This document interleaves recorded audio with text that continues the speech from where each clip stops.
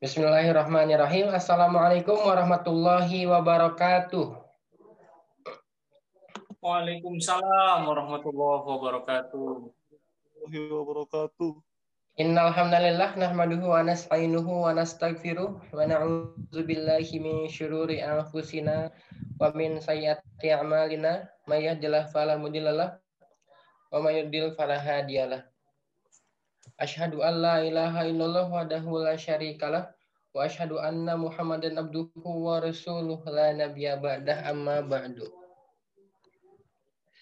Alhamdulillah segala puji bagi Allah yang mana telah mengizinkan kita semua hadir di sini di acara Open Mind, Open Heart. Segala puji bagi Allah yang senantiasa memberi kita kenikmatan, keleluasaan, dan rezeki yang melimpah. Alhamdulillah. Salawat dan salam mari tetap kita lantunkan kepada Nabi Muhammad Rasulullah Sallallahu Alaihi Wasallam, kepada para keluarganya, sahabatnya, tabiin-tabiinnya, dan mudah-mudahan sampai pada kita semua selaku umatnya. Amin. Amin ya Allah ya Rabbal Alamin. Oke, ayah bunda sekalian yang sudah hadir di acara pada hari ini, terima kasih. Dan kakak Fasil juga yang sudah hadir di acara pada hari ini. Ada Kak Dik tadi saya lihat, dan ada teman-teman yang lain, terima kasih. Dan Pak Syahril dan Bunda Sri juga terima kasih sudah menyempatkan hadir dan menjadi narasumber di acara kita pada hari ini. Insya Allah pada hari ini yaitu acaranya Open Mind, Open Heart. Ini acara rutin yang dilakukan setiap akhir tahun di Hayat School. Acara ini adalah acara yang kita buat untuk umum, orang tua siapapun, dimanapun, yang tertarik ingin mengetahui lebih jauh mengenai Hayat School. Nah, insya Allah pada hari ini ada dua narasumber kita. Yang pertama adalah Bapak Syahril Iskandar. Beliau Ketua Yayasan Majelis Kreativitas Indonesia. Dan yang kedua adalah Bunda Sri Haryati. Beliau adalah Kepala Sekolah atau Kepala Suku Hayat School. Beliau berdua ini merupakan pasangan suami istri ya. Udah pada tahu, ada sebagian yang udah tahu. Dan juga founder Hayat School yang sudah berdiri sejak 2015. Oke, ayah bunda sekalian, mari kita buka acara ini dan membaca basmalah bersama-sama. Bismillahirrahmanirrahim. Bismillahirrahmanirrahim. Oke, ayah bunda, insya Allah waktu kita sampai dengan pukul 14.30 dan lumayan masih cukup lama ya. Dan acara kali ini akan langsung dimulai Pak Syahril, langsung menyampaikan semua yang sudah disiapkan. Dan Pak Syahril ini waktunya sampai pukul 13.45 ya, setengah jam. Mudah-mudahan cukup Pak Syahril. Nanti setelah itu Bunda Sri setengah jam. Setelah itu tanya jawab. Tanya jawabnya harus agak panjang. Oke, Pak Syahril, mangga silakan, saya persilakan. Baik, terima kasih Kak Rizky. Yang saya hormati Ibu Kepala Suku Hayat School, Bunda Sri Haryati, kakak-kakak Fasil. Pada kesempatan kali ini saya sangat berterima kasih ya. Kemudian ayah bunda sekalian juga salam kenal dan salam hormat saya buat ayah bunda sekalian. Assalamualaikum warahmatullahi wabarakatuh. Alhamdulillahilladzi ja'alal mauta wal hayata liyabluwana ayyuna ahsanu amala wa huwal azizul ghafur. Assalatu wassalamu ala asrofil anbiya'i wal mursalin wa ala alihi wa sahbihi ajmain amma ba'du. Pertama, ini namanya open mind, open heart ya. Jadi sebenarnya ini turunan atau adaptasi dari kalimat di dalam Al-Qur'an, innalladzina kafaru sawaun alaihim a'angdartahum am lam tungzirhum la yu'minun. Sesungguhnya orang kafir itu mau dikasih tahu mau enggak tetap dia mah kekeh kayak gitu-gitu aja. Nah, sebenarnya ini adalah salah satu momentum untuk kita menghindari kekafiran itu sebenarnya. Kita terbuka terhadap setiap kebaikan, kita selalu mampu beradaptasi dalam setiap kondisi dan situasi seperti saat ini misalnya pandemi. Dalam kondisi ini pun bagaimana kita mampu beradaptasi dengan situasi yang ada. Biasanya ini kita ketemu langsung ini. Jadi memang jauh lebih enak kalau langsung kita jadi saling tahu dan seterusnya. Tapi jangan khawatir, insya Allah semua selalu ada hikmahnya. Saya ingat betul insight ditemukannya teori evolusi Darwin. Jadi Charles Darwin itu ketika meneliti tentang teori evolusi, dia menemukan insight hikmahnya dari teori evolusi itu. Jadi ternyata setelah hasil dari observasi yang dilakukan bahwa ternyata manusia terkuat di muka bumi ini itu atau makhluk ya, dia dalam konteks itu menyebutkan makhluk terkuat di muka bumi ini itu tidak diukur oleh seberapa besar fisiknya. Maka dinosaurus musnah kan gitu. Akan tetapi seberapa dia mampu beradaptasi dengan situasi. Itu. Jadi karena ketika diukur oleh kekuatan dari fisiknya, maka nyatanya dinosaurus udah musnah ratusan tahun yang lalu gitu. Tapi bagaimana kita mampu beradaptasi dengan situasi. Nah, ini salah satu adaptasi kita ya dengan ilmu gaib seperti ini ya. Kak Rizky, kayaknya yang materi saya Kak Rizky. Kak, untuk slide-nya bisa sambil tolong ditampilin.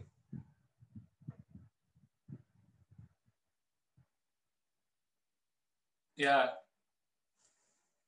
sambil ya, Ayah Bunda nanti sambil nanti dari Kak Rizky untuk menyiapkan slide presentasi saya buka dulu terlebih dahulu ya.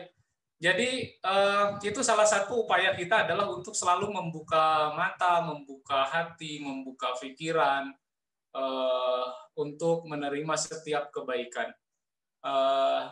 Maka termasuk ayah bunda sekalian, tahukah film yang kategori film yang banyak diminati masuk box office itu ternyata hampir sebagian besar film-film fiksi. Misalnya The Lord of the Ring, kemudian Harry Potter, Avatar yang itu ya, yang hijau ya, hijau apa biru itu saya lupa.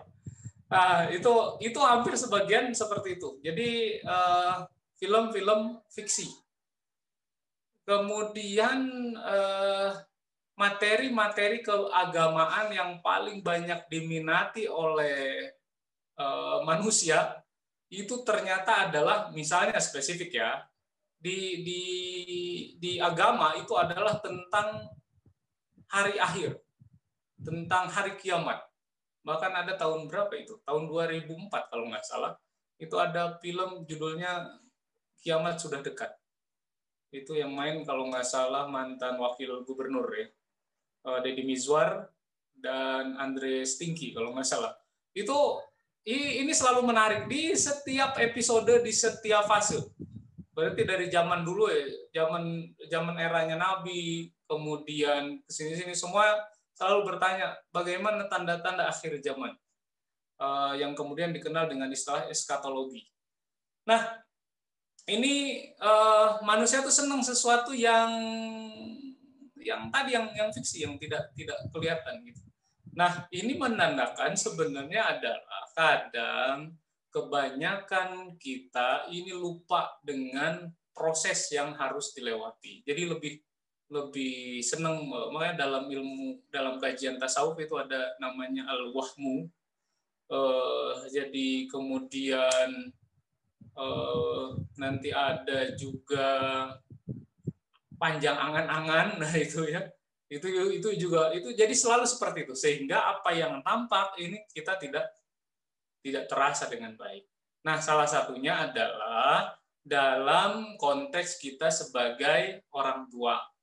Ya, kadang kita tuh berpikir untuk anak nih nyiapin rumah, nyiapin mobil, kendaraan dan lain sebagainya. Ya itu betul. Tapi ada yang jauh lebih substansial sebenarnya dibanding itu semua adalah bagaimana kita bisa mendampingi mereka. Ya, itu sebenarnya ya. Jadi bagaimana kita bisa selalu bareng, kemudian bisa menyaksikan tumbuh kembang mereka. Ini yang kadang akhirnya justru kebanyakan kita sebagai orang tua akhirnya lupa kan gitu. Nah, bareng mendampingi anak. Ini saya tadi apa ya? Saya baru nonton yang film Mulan baru. Mulan yang dulu saya tunggu-tunggu tuh dari bulan apa itu? Yang isu bakal muncul tuh bulan Februari apa Maret gitu. Tapi karena pandemi akhirnya kemudian diundur, bahkan akhirnya nggak jadi. Akhirnya masuk ke program khusus ya. Nah, ini film menarik buat saya setelah dulu tuh The Incredible 2 ya. Jadi seringkali kita itu nggak ngeh bahwa ini adalah keluarga, pokoknya kita nikah, habis itu kita saling kerja, sibuk masing-masing, udah aja kan gitu. Nah, di film Point The Incredible 2, kemudian Mulan yang baru ini, yang versi manusianya ini, kan dulu pernah versi animasi ya. Versi yang kedua ini terkait dengan keluarga. Jadi di situ kan ngomongin tentang keluarga ini penting gitu. Jadi bahkan Allah berfirman, ku angpusakum wa ahlikum nara, gitu. Nah, ini kan representasi dari nilai-nilai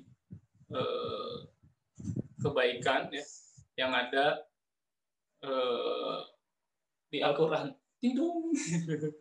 Nah, gitu ya. Sehingga dalam hal ini adalah bagaimana kita bisa mendampingi anak dengan baik. Mana ini belum share-nya udah belum nyampe nih yang ayah. Ya. Oke, baik. Kak Rizky, siapa di behind the scene? Itu ininya tadi udah di-share. Ini udah dibuka, cuman PDF lumayan loading di PDF ya. Oke, baik ya. Nah, baik, kita lihat di situ ada gambar ini. Kita lihat ya. Wah, ini baru ayam sereng. Oke, biar ayah bunda sambil ini bisa sambil lihat, jadi asik soalnya nih. Saya melalui gambar nih. Oke, baik. Di sini yang pertama adalah ini bukan tentang sekolah yang lebih bagus, sekolah lain lebih buruk. Ini tentang pilihan sebenarnya, ya. Jadi ini bukan tentang baik buruk. Ini sekolah ini bagus, sekolah ini buruk dan seterusnya, bukan. Tapi tentang pilihan. Jadi ini kita dihadapkan dengan pilihan, ya. Jadi artinya dalam keseharian kita selalu diajak untuk memilih. Dalam setiap detik itu selalu kita dihadapkan dengan pilihan. Ini pilihan-pilihan itu apakah menjadi satu pilihan kebaikan atau keburukan dan seterusnya ya. Jadi ini tentang pilihan, tentang bagaimana kita memahami peran ya. Jadi kita merujuk kembali ke visi misi keluarga.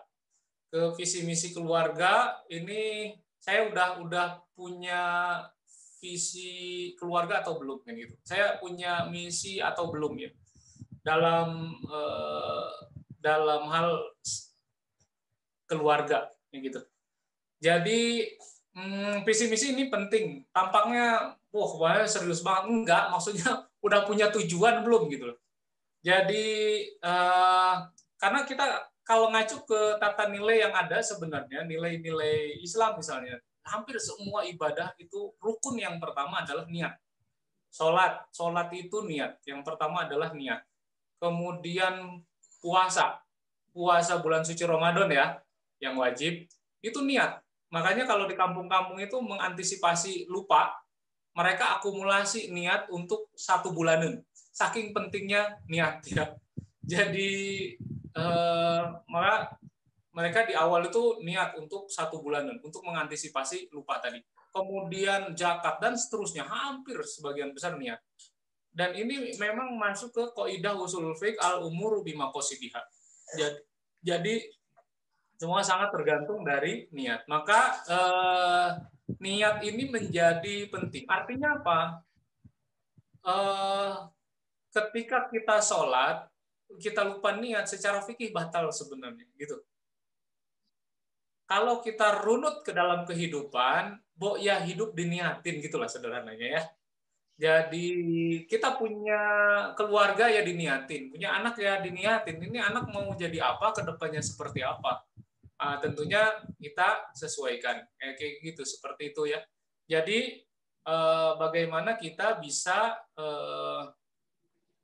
membersamai anak tadi ya. Lanjut Kak. Jadi ini tentang pilihan tadi ya. Kemudian karena kita begitu memahami bahwa Allah Subhanahu wa taala menciptakan setiap kita itu punya peran yang berbeda di bumi ini. Semua begitu istimewa. Maka filosofi Hayat School itu setiap anak terlahir begitu istimewa, mereka memiliki peran yang berbeda. Maka di Hayat School ini bukan menyeragamkan mereka, tapi bagaimana menyelaraskan mereka.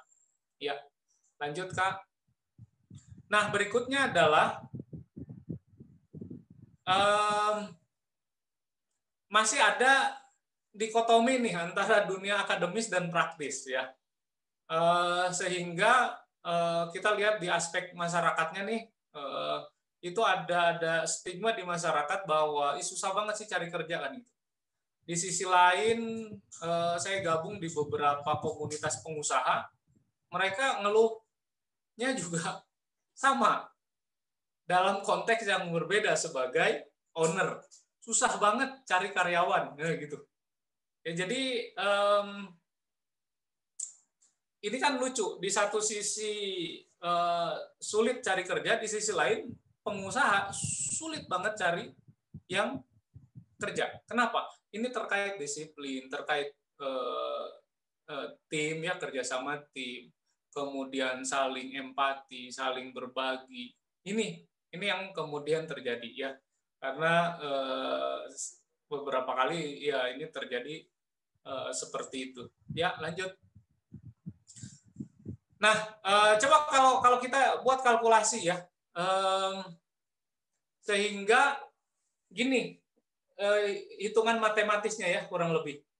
Jadi kalau kita coba kalkulasi, ini saya buat konvensional versi Hayat School nih misalnya. Ini bersama orang tua, nah itu di yang orange itu ini anggap bersama orang tua ya. Kemudian sekolah itu kan berarti anggaplah dari mulai usia anak berapa? 5 tahun ya, TK ya. TK 2 tahun, kemudian SD 6 tahun, SMP 3 tahun, SMA 3 tahun, kuliah S1 4 tahun, kemudian kuliah S2 2 tahun, kuliah S3 3 sampai 4 tahun range-nya. Jadi kalau di total ini 24 tahun. Sementara kita sama anak dari kecil kemudian sampai mereka usia 5 tahun tadi ya. Kan relatif kita tuh seringkali paradigma berpikir hampir kebanyakannya udah pokoknya anak sekolah gitu. Sehingga bonding dengan orang tua ini tidak terjadi gitu. Ini kemudian di situ ya usia sekolah ya, berarti kemudian nanti ngedampingin lagi kapan? Ketika mereka lulus kuliah ya, sebentar ada selisihnya mungkin setahun atau 2 tahun atau tergantung anak nih, kadang dia udah siap udah langsung kerja ya, sehingga kita mendampingi, habis itu udah langsung mereka mandiri ya, usia mandiri atau berkeluarga. Yang biru itu mandiri atau berkeluarga ya. Ini dengan asumsi usia di 63 tahun ya, total di 63 tahun kita ngacu ke baginda Nabi kan gitu.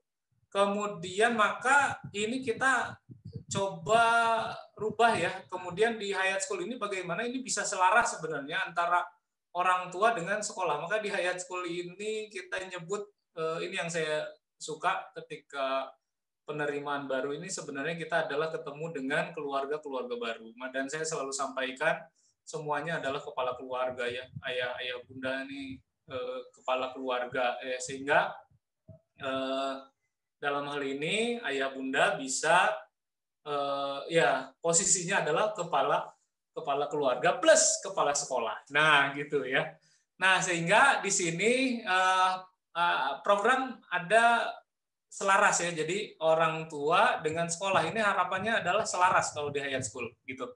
Kemudian baru sehingga ketika mereka pendampingan udah siap benar-benar ya. Ya lanjut.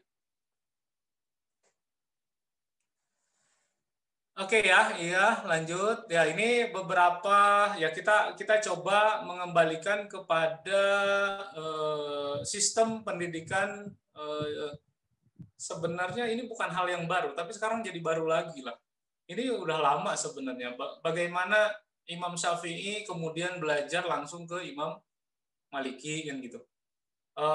Kemudian bagaimana Ibnu Taimiyah, Ibnu Haytham, kemudian kita lihat beberapa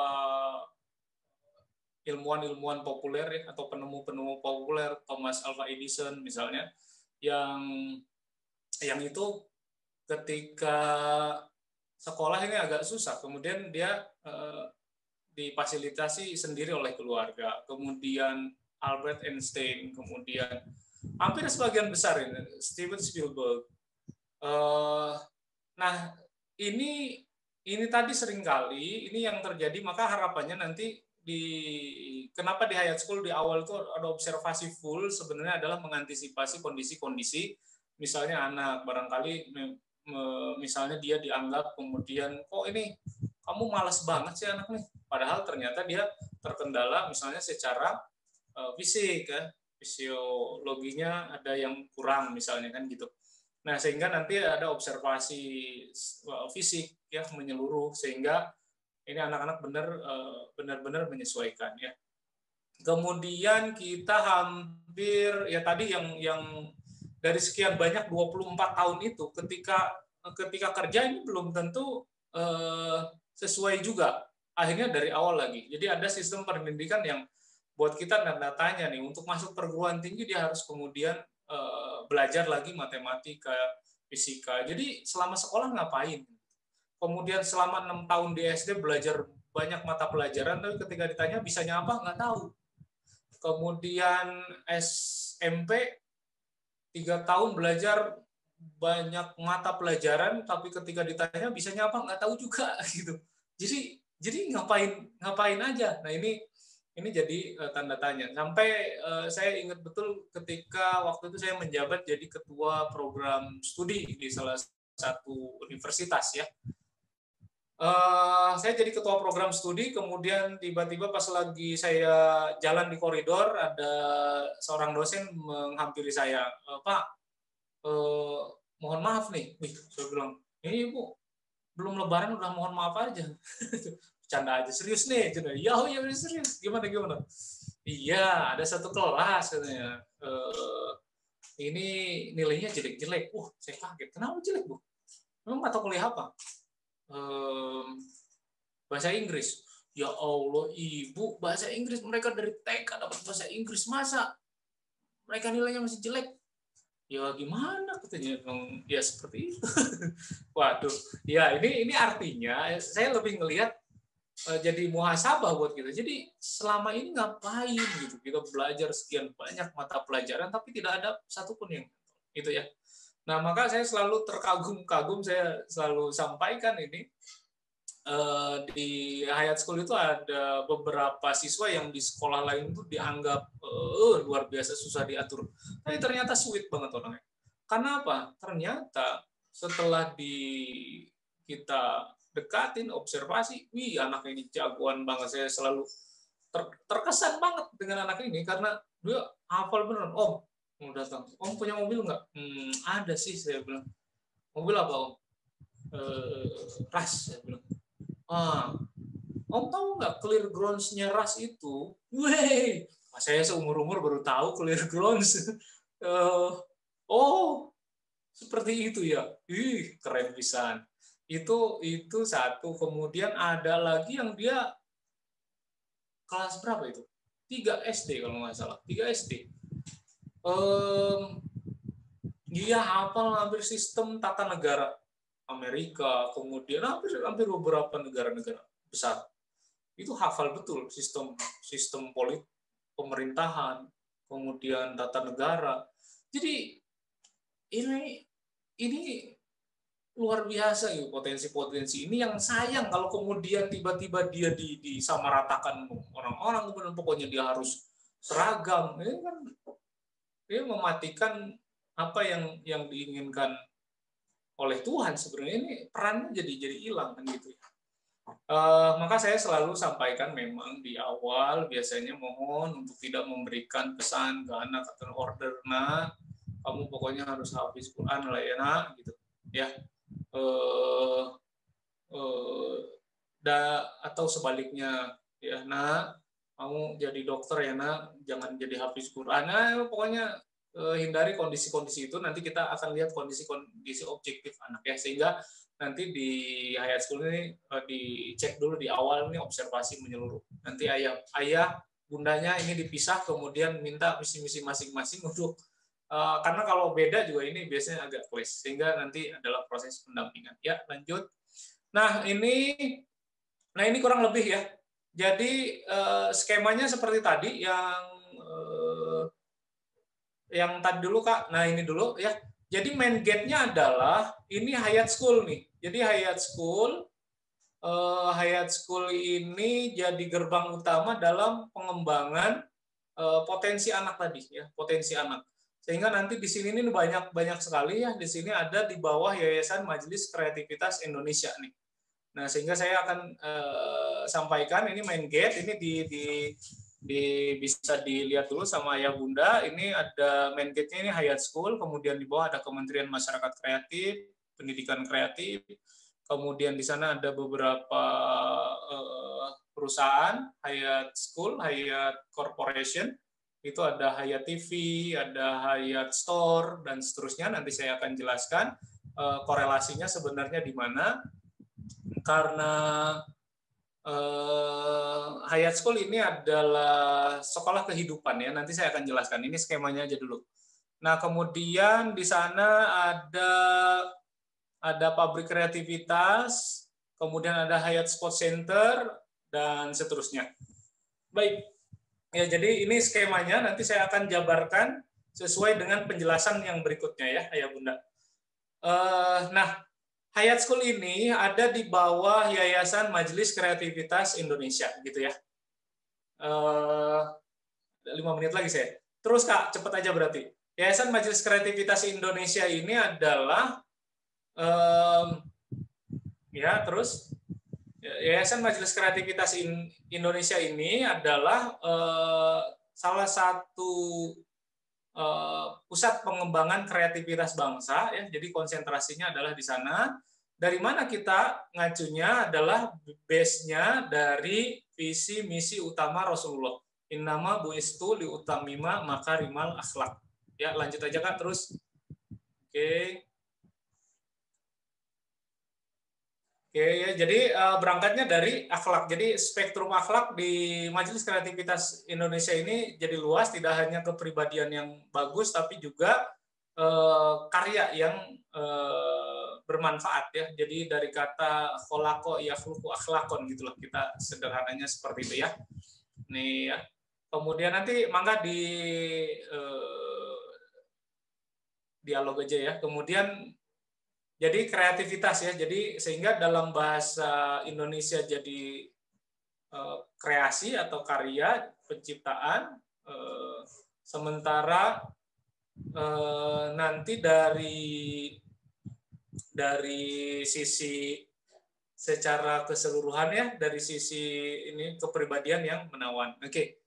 Kemudian memahami arti hadir di bumi, karena kreativitas ini sebenarnya universal, jadi artinya jadi ini setiap kita punya peran yang berbeda. Boleh jadi satu keluarga ada 3 anak, tapi kan beda-beda. Ya, silahkan lanjut, Kak. Terus Kak. Oke, kemudian ya ini posisinya di sini ya. Jadi ada Hayat School, di sampingnya ada Kementerian Masyarakat Kreatif, ini ada desain, animasi, komik, film, dan seterusnya. Kemudian di Kementerian Pendidikan Kreatif, ini ada Hayat School, TK, SD, SMP, SMA.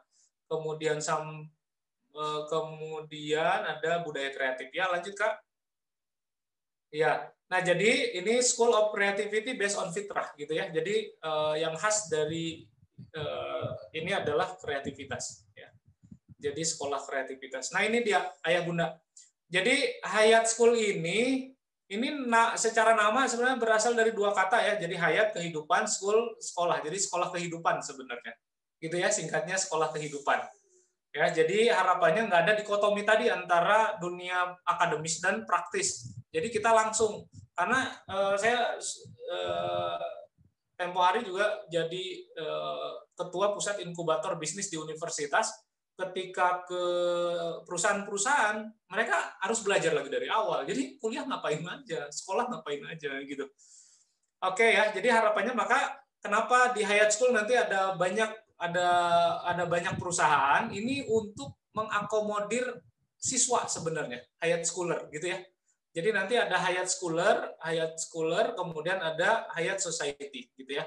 Jadi sehingga mereka terakomodir. Maka kenapa di Hayat School ada beberapa banyak perusahaan ini, begitu kami fokus untuk mendidik anak. Jadi ini bukti betapa kami fokus mendidik anak. Maka ada Hayat Store, maka labnya langsung aja mereka benar-benar ke masyarakat umum ya gitu. Jadi ada Hayat Store, kemudian ada Hayat TV ya, mereka langsung belajar langsung ya. Maka buat kami ini satu keniscayaan. Jadi perusahaan-perusahaan ini penting untuk apa? Untuk anak-anak magang, karena kondisinya di Indonesia kan belum mendukung sebenarnya kalau secara infrastruktur. Karena kalau anak SD misalnya tiba-tiba magang di perusahaan, beberapa perusahaan takut rusak. Nanti produk-produknya rusak nih gitu. Kemudian padahal kami menginginkan anak bukan tentang bagaimana produknya, tapi bagaimana dia bisa melatih dirinya gitu, mengasah potensinya. Ini seperti mana ada beberapa perusahaan-perusahaan, ada Hayat TV, Hayat Store dan seterusnya untuk mengakomodir mereka. Sip, ada 2 menit lagi. Ya, lanjut aja. Nanti visi misi bisa disampaikan ya, ditanyakan. Oke ya, terus nah ini ada Hayat, nah ini filosofi Hayat ya, dari mana logonya itu tentang pohon ya. Alam taro kaifa daraballahu masalan kalimatan thayyibah ya. Ini surat Al-Ibrahim.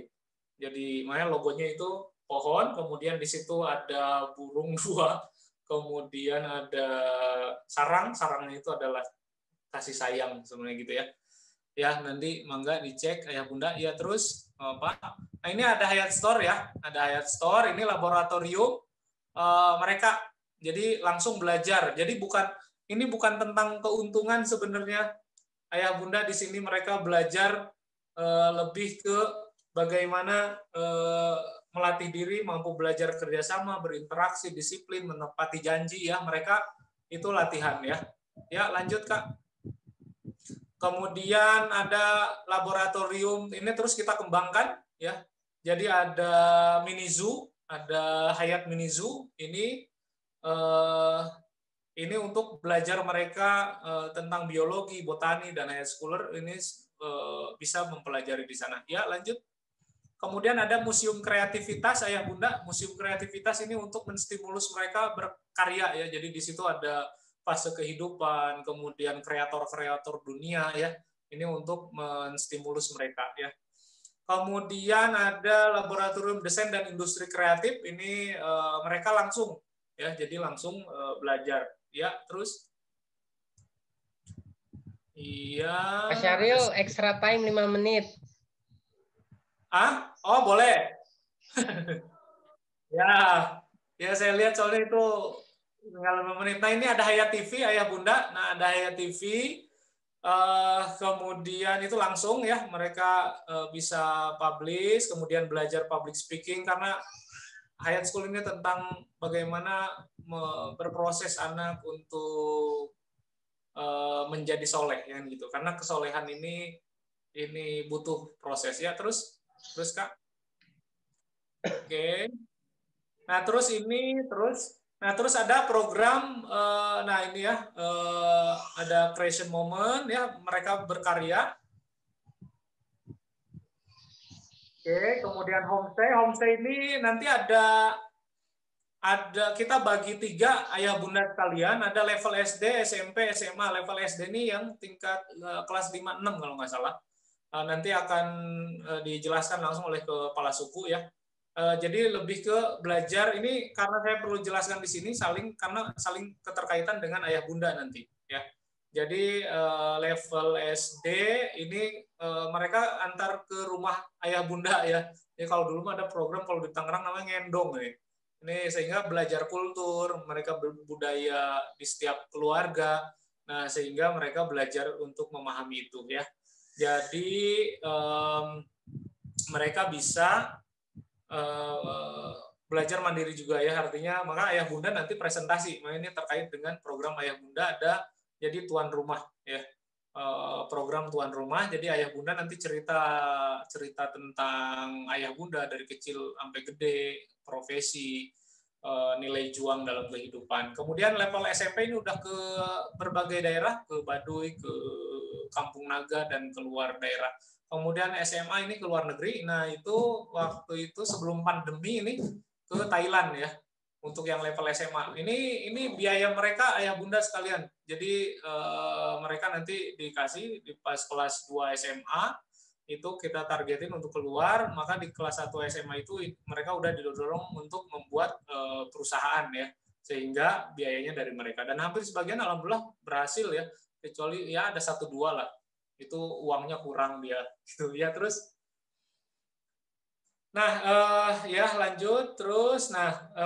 Langsung ke program Ayah Bunda ini ya, ada Meet the Pro ya, itu langsung ke ya, langsung lanjut Kak ya. Nah, ini ada Creative Camp ya, ada parenting itu penting, maka parenting ya, ini harapannya bisa sama-sama ya. Kemudian Creative Camp ini untuk pendekatan antar keluarga, tuan rumah kebaikan ya, tadi yang saya jelaskan di awal. Nanti pas homestay Ayah Bunda siap-siap jadi tuan rumah kan gitu, sehingga agenda keluarga, profesi ini bisa sharing dengan anak-anak. Kemudian ada Creative Web ini, nanti Ayah Bunda di awal pendaftaran itu biasanya diminta apakah punya perusahaan atau enggak, memungkinkan untuk anak magang gitu. Ini kami membuat beberapa ring Ayah Bunda dalam rangka mendidik anak-anak ya, siswa. Jadi yang pertama makanya kami harus ada banyak perusahaan ini untuk magang mereka ya. Nah, itu ring 1. Sehingga ring keduanya adalah orang tua ya. Jadi orang tua yang punya perusahaan, kemudian anak-anak bisa magang di situ, itu kami dengan senang hati. Kemudian atau relasi dengan perusahaan. Nah, itu sehingga anak-anak bisa belajar ke sana. Kemudian ya seperti itu. Hatur nuhun, selebihnya mangga, waktu saya habis, mangga nanti ada hal yang perlu disampaikan bisa ditanyakan langsung. Sebagai closing statement dari saya, Ayah Bunda, jadi kesolehan itu kan bukan sulap bim salabim ala gadabra kayak Pak Tarno prok bantu ya, kemudian langsung anak jadi soleh, anak langsung jadi baik, anak langsung jadi hebat. Tapi ini adalah proses panjang yang penuh perjuangan, sehingga ketika Allah menyampaikan bahwa Allah menciptakan langit dan bumi dalam visitati ayam dalam 6 hari, apakah nggak bisa? Sebenarnya Allah dalam 1 hari sangat bisa. 1 detik pun mungkin Allah bisa dan maha kuasa. Tapi ini lebih ke ingin mendidik hambanya untuk menikmati setiap proses yang ada.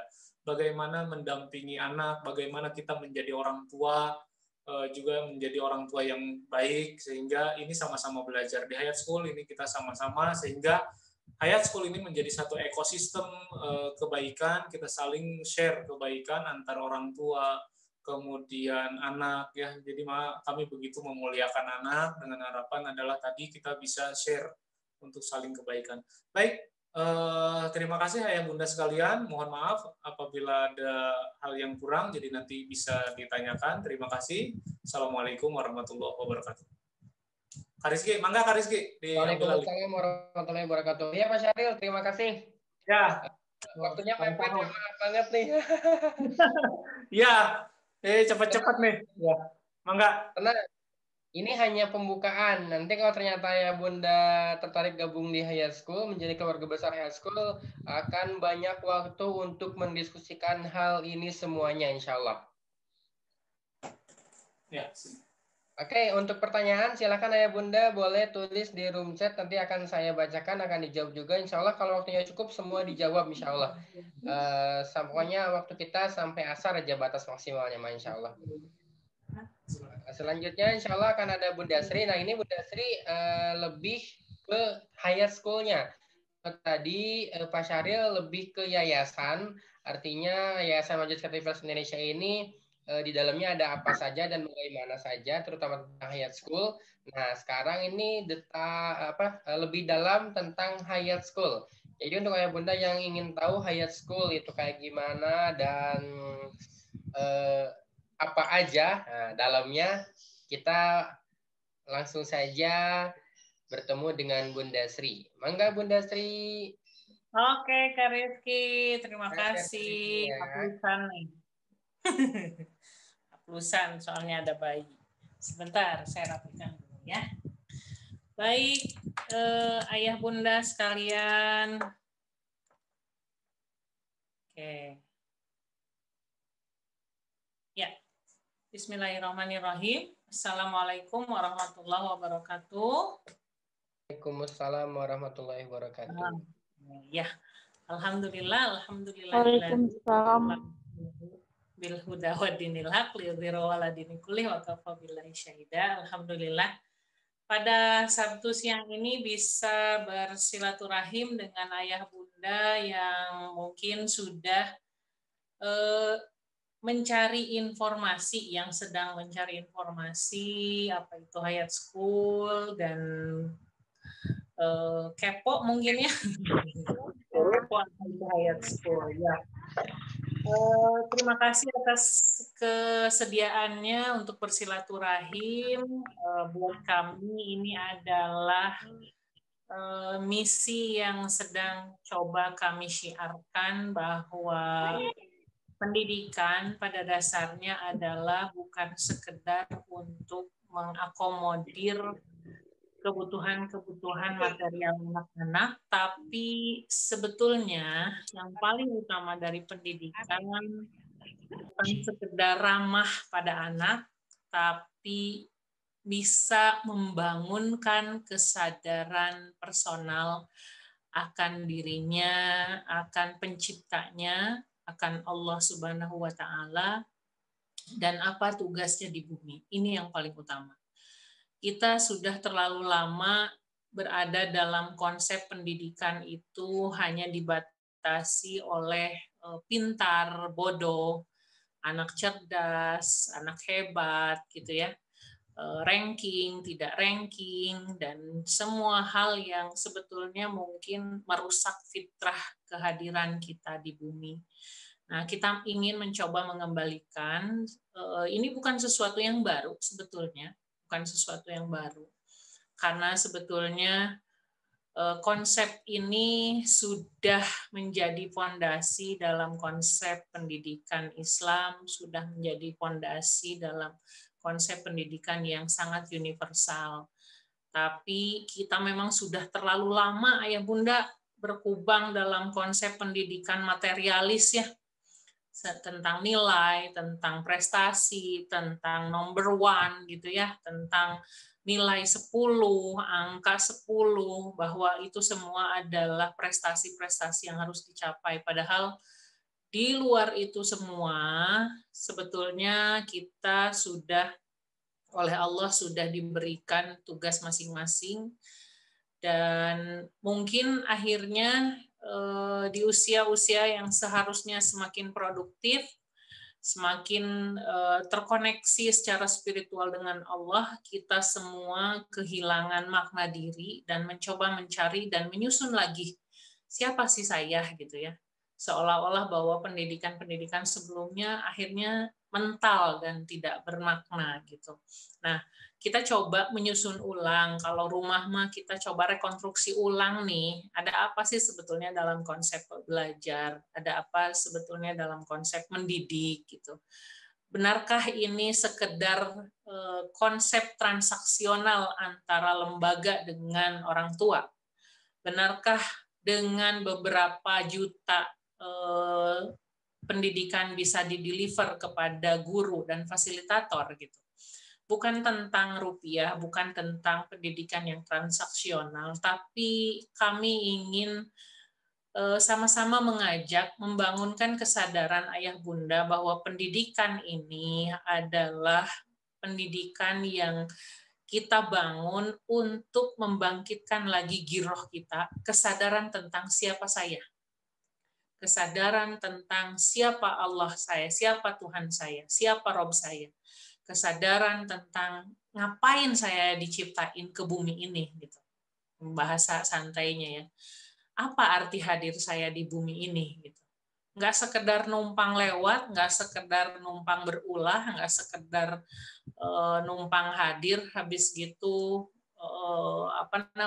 tersapu, debunya tersapu. Nah, kita ingin apapun yang nanti menjadi jalan amalnya kita, jalan amalnya anak-anak kita, tujuannya hanya satu, meraih ridho Allah gitu ya.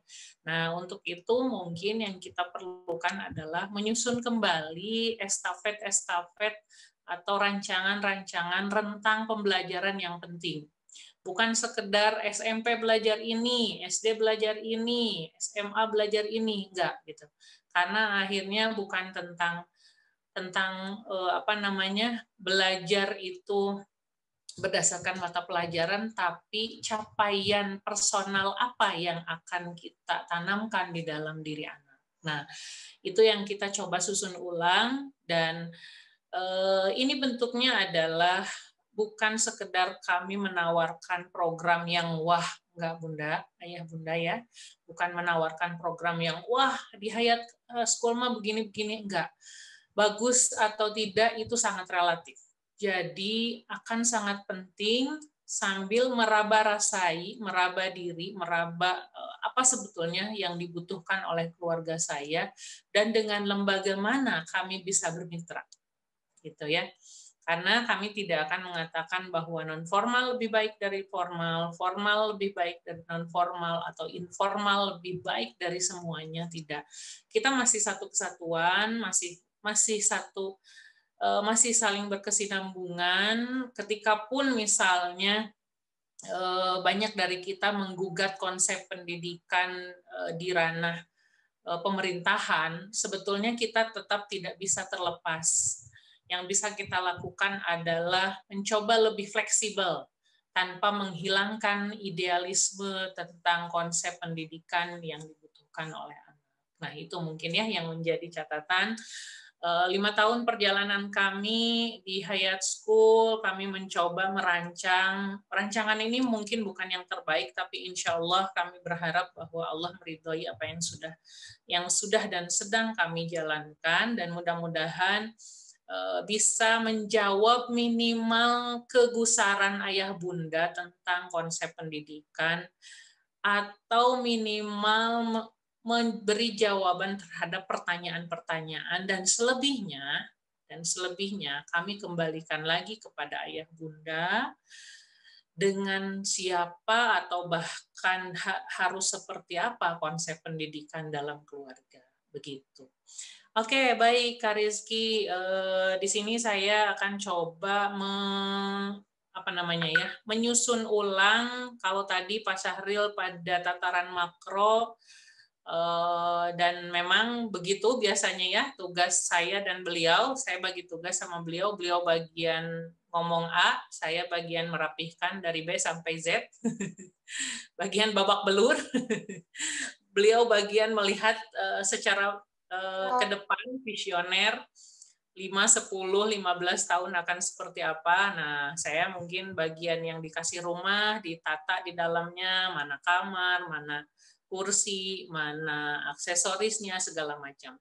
Nah, terkait dengan konsep pendidikan ala Hayat School, sebetulnya tadi sebetulnya bukan sesuatu yang baru, tapi kami coba merapihkan ulang. Kalau kita berefleksi, mari sama-sama ayah bunda merefleksi diri sendiri ya, rentang usia kehidupan kita ya. Kan sebagai seorang muslim kita akan meneladani Rasulullah, maka begitupun dalam konsep usia, dalam konsep umur, kita akan meneladani usia Rasulullah. Jika Rasulullah itu diberi jatah umur sampai 62 atau 63 ya, beberapa redaksi itu menyatakan seperti itu, maka kita sebetulnya sedang diberikan contoh atau keteladanan di usia berapa saja dan di usia mana saja, rentang usia mana saja sebetulnya kita akan banyak mengisi dan berproses gitu ya. Nah, saya coba membuat rentang usia kehidupan hampir seluruh, mungkin kebanyakan dari kita ya, artinya yang benar-benar akan produktif itu sampai usia berapa. Produktif itu tidak sekedar menghasilkan karya, tapi sebetulnya dari fisik, dari emosi, dari sosial, spiritual, dan kognitif. Itu artinya produktif itu make something atau share something gitu. Nah, di sini saya coba buat rentang usia dari 0 sampai 60 tahunan ya. 0 sampai 5 ini tahapannya memang pendampingan penuh orang tua. Bahkan kalau kita pecah lagi 0 sampai 2, 1000 hari pertama kehidupan seorang anak itu melekat erat dengan ibu, gitu ya. Melekat erat dengan ibu. Apa indikatornya? Indikatornya adalah momen mengasihi. Momen mengasihi itu adalah momen sebetulnya sebelum benar-benar dia lepas gitu. Nah, 3 sampai 5 itu si bugohnya. Nah, warnanya itu warna ayah dan ibu banget gitu. Warna ayah dan ibu banget. Di sini sebetulnya kita akan, kalau kita jeli dan orang tua kita sebagai ayah bunda benar-benar peka dengan kebutuhan dan keunikan anak, itu kita sudah bisa melihat keunikannya sebetulnya di usia-usia ini. Ada tipe anak yang self will-nya itu kuat banget. Nah, ini anak saya yang keempat nih. Masih kecil kelihatan lah, 8 bulan, tapi dia kalau udah pengen sesuatu, dia akan genggam erat gitu. Nggak akan ngebiarin siapapun yang ngambil sampai nangis-nangis gitu. Nah, tipe anak yang ketiga itu dia lebih ceria. Anaknya analitikal. Nah, itu sebetulnya sudah bisa teramati ayah bunda ya, dari at early age sebetulnya. Minimal kita bisa mengcapture itu gitu ya. Nanti masuk ke usia 5 sampai 7. Nah, ini sudah mulai proses menyapih kedua ya. Kalau di 2 tahun itu menyapih dari ASI, 5 ke 7 itu mulai menyapih dari lingkungan sosial bernama keluarga masuk ke lingkungan sekolah. Nah, disinilah Masuk lingkungan yang bernama kalau dalam konsep pendidikan Indonesia adalah taman kanak-kanak gitu ya. Di sini sebetulnya anak-anak belum dilatih untuk bekerja sama. Dia baru pengenalan, oh ternyata di luar diri saya itu ada loh teman sebaya yang sama-sama kekeh gitu, sama-sama kekeh, sama-sama kalau pengen sesuatu itu berantem, bagaimana berperilaku di ruang publik bernama kelas gitu ya, seperti itu. Nah, kemudian masuk ke 7 10 di sini sudah mulai oke, di 5 sampai 7 ini sebetulnya yang perlu dibangun adalah ekspresi fase pengembangan ekspresi eksplorasi gitu ya. Bagaimana dia bisa mengekspresikan, mengeksplorasi dirinya di luar lingkungan keluarga gitu. Nah, masuk usia 7-10 sudah mulai pengembangan penguatan fondasi personality dan kreativitas. Mulai nih dikenalkan dengan karya bernama Allah itu Maha Keren. Nah, dari 5-7 pun sama sudah dikenalkan, di 7-10 pondasinya semakin diperkuat bahwa Allah lah satu-satunya. Nah, ini tentang makna ketauhidan gitu ya. Kemudian masuk usia 10 sampai 14 sebetulnya mungkin peran orang tua sudah mulai berbagi dengan lebih banyak dengan anak itu sendiri. Masuk 14 sampai 18 ini sudah mulai lingkungannya semakin luas. Di sini mungkin fase di mana dia mulai kalau fase sebelumnya terlewati seringkali malah menjadi bumerang di sini gitu ya, fase rebellious katanya. Mungkin rebellious ini adalah semacam kebutuhan yang belum tuntas sehingga baru muncul di usia-usia seperti ini. Nah, memang setiap rentang usia baiknya berkesinambungan. Kemudian masuk 18-25 ini fase sudah mulai declare who am I gitu ya. Sudah mulai kalau dalam konsepnya Rasulullah 25 itu menikah. Nah, 25 sampai 40 ini sudah struggle. 40 ini adalah fase peningkatan penguatan koneksi spiritual, bertanya kembali apa arti hadir saya, apakah karya yang saya kerjakan ini adalah bentuk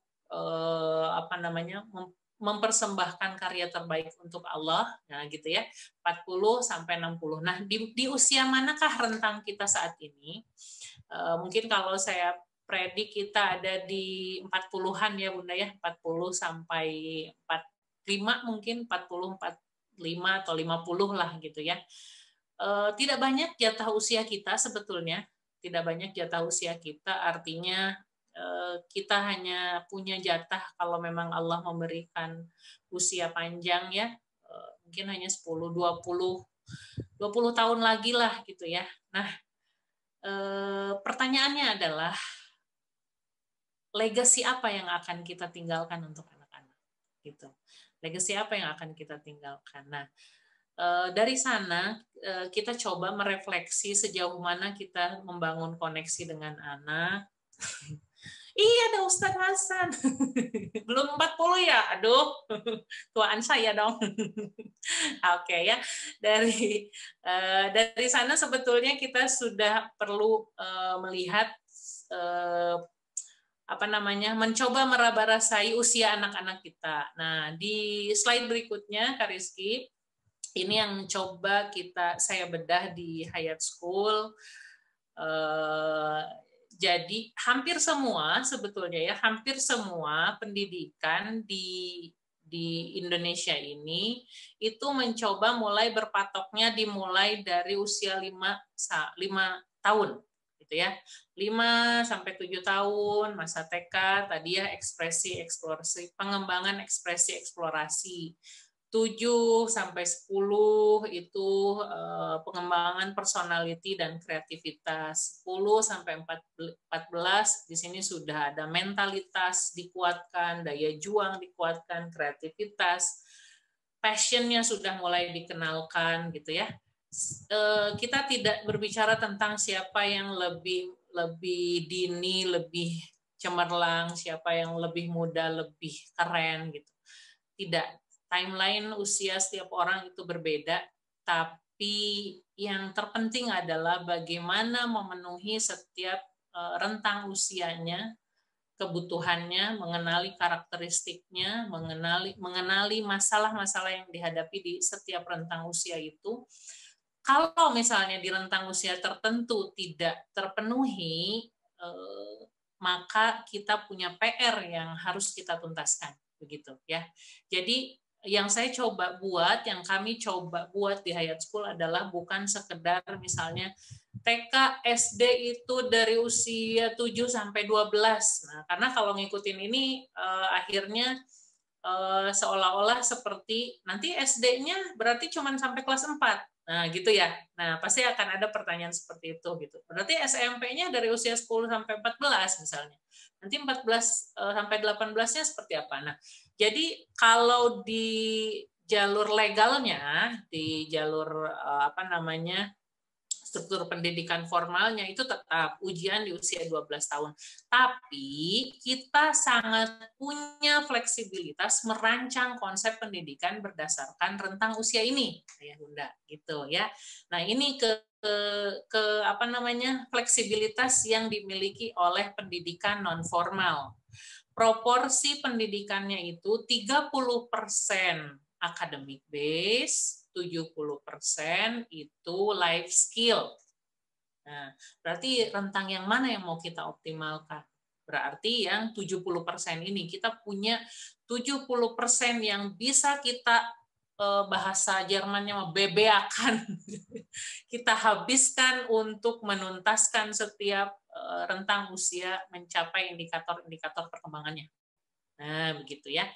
Nah, apakah terus nanti gimana kalau pas ujian? Insya Allah itu tidak menjadi kendala. Kita sudah coba terapkan, tidak ada kendala. Yang terpenting adalah merubah mindset orang tua yang biasanya, nah gini ya, yang biasanya diatur oleh pihak sekolah. Di sini kita akan share, hayu kebutuhan orang tua apa, gitu. Kita provide untuk orang tua butuhnya apa. Tapi poinnya adalah bukan sekedar orang tua mengikuti konsep sekolah atau misalnya sekolah memvalidasi setiap kebutuhan orang tua yang memang berbeda-beda. Enggak. Jadi ada kebutuhan umum, ada kebutuhan khusus yang kita coba bantu membuat indikator-indikatornya. Gitu. Minimal orang tua jadi melihat, oh iya ada indikator yang belum tuntas nih di usia ini. Tapi usianya sekarang udah 10 tahun misalnya. Apa yang harus kami lakukan? Nah, lebih ke situ sebetulnya gitu ya. Nah, di situ sebetulnya yang kita coba bangun artinya nanti konsep pendidikannya itu sudah mulai melihat misalnya di 10 sampai 14 anak-anak sudah mulai dikenalkan dalam lingkungan kemandirian sosial. Kemandirian sosial itu apa? Misalnya di usia 10 tahun sudah mulai ada yang namanya magang, ada yang namanya adventure, kalau di Hayat namanya Hayat Venture misalnya. Tujuannya apa sih sebetulnya? Tujuannya tadi mengenalkan anak pada kemandirian sosial. Artinya dia lepas dari ayah ibu, belajar bagaimana etika, bagaimana adab sosial ketika berada di masyarakat. Kalaupun misalnya mereka belum luas, wajar, dan namanya juga pengenalan. Nah, gitu ya. Tapi artinya di sana sebetulnya kita sangat punya domain yang luas untuk memberikan pengenalan konsep belajar kemandirian sosial gitu. Di 10 tahun apakah magangnya sudah langsung magang pengembangan minat bakat? Belum, Ayah Bunda ya. Jadi di 10 tahun itu dia masih orientasinya teman, orientasinya sosial bareng-bareng dengan teman. Magangnya pun babarengan gitu. Kenapa? Karena seringkali anak itu bertanya, aku sama siapa? Temanku belajar apa? Aku ngapain? Bukan berarti dia tidak punya personality, belum punya pendirian, tidak. Masih butuh banyak pengalaman, masih butuh banyak interaksi yang membuat dia percaya pada kemampuan dirinya dan divalidasi kemampuan tersebut gitu. Seperti itu gitu ya. Nah, nanti dari sana memang akan terus berulang. Aktivitas itu artinya yang kita kejar tidak sekedar baru, aktivitas yang tidak jenuh. Enggak, di usia 10-14 tahun tantangannya adalah anak-anak harus belajar mengelola keinginan dan menahan pemuasan diri dan bagaimana bisa menuntaskan setiap proyek. Bukan sekedar ingin sesuatu yang baru, tapi tidak pernah tuntas. Karena PR yang besar di muda-mudi kita sekarang adalah soal ketuntasan. Gitu ya. Nah, seperti itu nanti 14-18 sudah mulai di fase di mana kita akan mencoba mendorong anak-anak menemukan siapa akunya. Siapa akunya itu sudah pada fase peningkatan kapasitas passion-nya gitu ya. Sudah sampai misalnya kita dorong bikin bisnis proposal, design planner, sociopreneur-nya gitu ya. Di situ sudah mulai ada public service, pelayanan terhadap umat. Nah, gitu. Jadi make something, tapi berikan itu untuk umat. Tidak hanya untuk diri sendiri. Seperti itu. Itu yang kita coba kembangkan gitu. Nah, oke, next Kak Rizky. Nah, di sini di next ini di situ saya mencoba connecting the dot ya. Kalau di materi yang kemarin portofolio itu adalah menemukan satu titik di mana tujuan akhir itu adalah keluasan tentang inilah saya, deskripsi yang rinci tentang saya. Nah, ini kan dimulai dari anak menemukan data. Data-data itu sesuatu yang bisa diabsorb atau dilihat, dirasai oleh indera ya. Oleh mata, oleh telinga, oleh peraba, oleh penghirup gitu ya.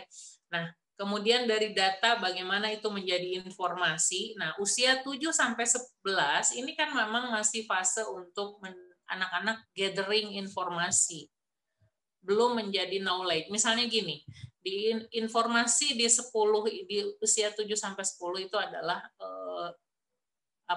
jam. Jam itu untuk apa? Untuk menunjukkan waktu. Tapi belum pada sampai knowledge tentang aku tuh harus mengatur waktu untuk diriku sendiri, waktu untuk makan, waktu untuk bermain. Maka akan kita temukan anak-anak di usia ini yang masih harus diingatkan gitu. Ini kan keluhan yang di banyak keluarga, di banyak orang yang anak saya usia segini tapi masih harus diingatkan. Ayo kita lihat lagi kebutuhan rentang usianya. Mungkin memang dia baru sampai di tahap informasi. Mari kita bantu dia untuk menjadikan itu sebagai pengetahuan. Artinya, oh iya, jam itu kalau saya berlebihan main game, berarti saya sudah di fase di mana saya tidak bisa mengelola waktu, tidak punya skala prioritas, misalnya gitu ya. Nah, nanti bertambah lagi di usia berikutnya, umumnya sih yang saya lihat tentang usia normal ya mungkin di usia 18 sampai 25 itu 25-30 baru menemukan insight-insight. Nah, tahapan ini pun tidak sesuatu yang pasti ya Ayah Bunda karena artinya pengalaman, interaksi, aktivitas tiap orang berbeda-beda. Bisa jadi mungkin seorang anak yang dia tidak punya ayah, tidak punya ibu, harus struggle hidupnya dari kecil, menemukan knowledge, insight lebih cepat daripada anak-anak yang lain yang memang orang tuanya lengkap, misalnya gitu ya. Nah, artinya setiap kematangan setiap anak itu akan sangat berbeda, akan sangat tergantung bagaimana input yang didapat dan proses yang dilalui gitu. Nah, tapi saya coba mengumpulkan pieces atau pecahan-pecahan informasi ini. Seringkali kita akan melihat bahwa di usia berapa sih kita sudah mulai lebih wise gitu ya, lebih bijak, lebih tidak gurung-gusuh, tidak lagi baperan, itu di usia berapa. Nah, gitu ya, seperti itu. Oke, itu yang coba kita kembangkan, artinya memang ini sesuatu yang kita coba deliver kepada orang tua, artinya tidak selalu harus bergabung dengan Hayat untuk menerapkan ini.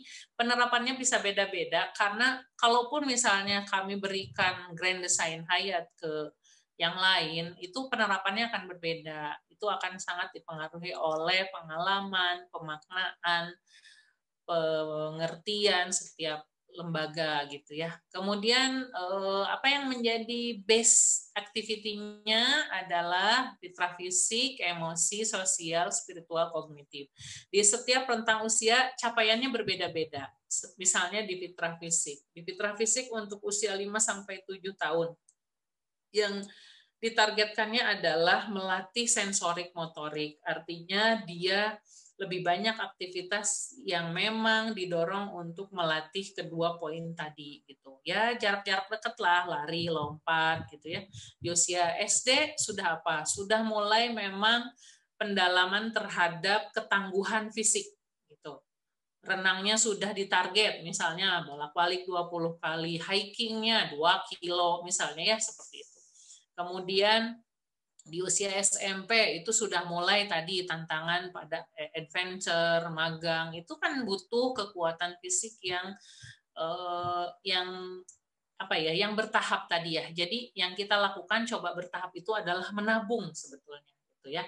Nah, begitupun di fitrah emosi di usia 5 sampai 7 mungkin targetnya hanya anak-anak bisa mengungkapkan emosi dulu gitu ya. Aku nggak nyaman, aku sedih, aku kesel. Jadi ketika dia mampu mengungkapkan emosinya, dia tidak lagi bereaksi negatif, memukul, menendang gitu ya, karena dia sudah bisa mengungkapkan itu gitu.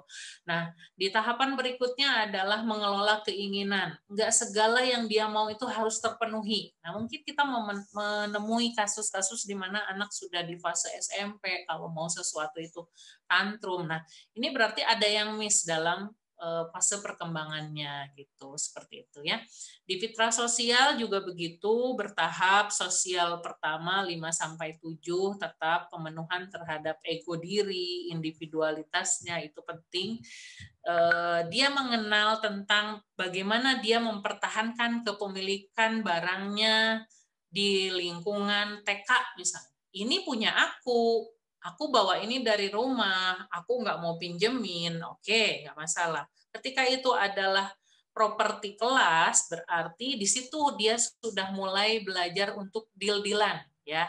Fasilitator atau guru memberikan ruang untuk, oke, kalau ini barang yang milik kelas, teman-teman boleh bergantian. Nah, di situ kan sebetulnya sedang menunda pemuasan diri dan mengelola keinginan, gitu, seperti itu. Fitrah spiritual kita ingin membangkitkan, mempesonakan dia kepada Allah, bahwa ini diciptakan oleh Allah, ini Allah menciptakan kamu itu berharga. Nah, konsep self-worth, self-love, mencintai diri, bahwa Allah mencintai aku, itu adalah konsep-konsep yang sangat kuat dalam konsep fitrah spiritual. Di fitrah kognitif tentunya yang di sini nanti turunannya menjadi academic base, kemampuan menganalisa, kemampuan melogika. Gitu. Oke, selanjutnya Kak Rizky. Nah, ini sudah mulai masuk di per fase usia ya, Bunda, per fase usianya seperti apa. Ini kalau ada yang ini kami share kok. Brosur. Ini bentuknya brosur ya. Jadi saya langsung ambil ketiplek ke sini dan kayaknya kecil deh tulisannya. Ya, di situ kita selalu mencoba bahwa dari konsep diri itu, nah di sini ya, di core value. Jadi setelah tadi di awal Pak Syahril menyebutkan tentang visi misi, selanjutnya adalah core value. Nah, core value ini kami coba split dari mulai rentang usia tadi, 5, 7, 7, 10, 10, 15, 10, 14, 18 itu kami coba split.